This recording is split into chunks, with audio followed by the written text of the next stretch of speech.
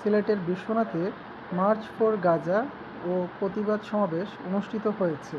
শুক্রবার 11 এপ্রিল বাদ জুমা পৌর শহরের মাদানিয়া মাদ্রাসার সামন থেকে মিছিলটি বের হয়ে প্রধান সড়কগুলো প্রদক্ষিণ শেষে বাসিয়া সেতুতে এক প্রতিবাদ সভায় মিলিত হয়।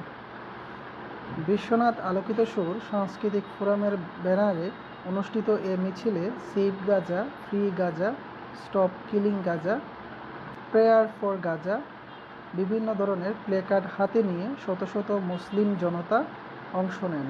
এ সময় বক্তারা ফিলিস্তিনে গণহত্যা বন্ধে মুসলিম নেতৃবৃন্দদের ঐক্যবদ্ধ হওয়া এবং ইসরায়েলি সকল পণ্য বর্জনের আহ্বান জানান।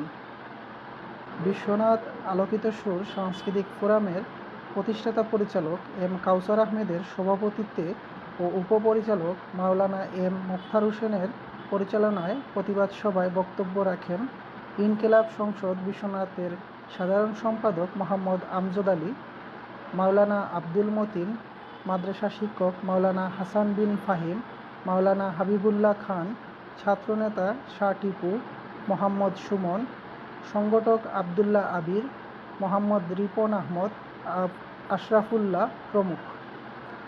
বক্তারা বলেন, বাংলাদেশের সর্বত্র ইসরায়েলি পণ্য বয়কট করতে হবে। ফিলিস্তিনি ভাইদের রক্ষা করতে বাংলাদেশের কোটি কোটি জনতা প্রস্তুত রয়েছে। চলমান হামলা শুধু একটি অঞ্চলের নয়, সমগ্র মুসলিম বিশ্বের প্রতি আঘাত।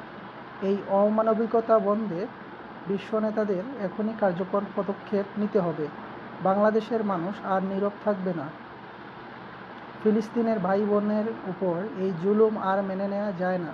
গণহত্যা বন্ধ না হলে আন্দোলন আরও জোরদার হবে। প্রতিবাদ সমাবেশ শেষে বিশেষ মোনাজাত অনুষ্ঠিত হয়। দোয়া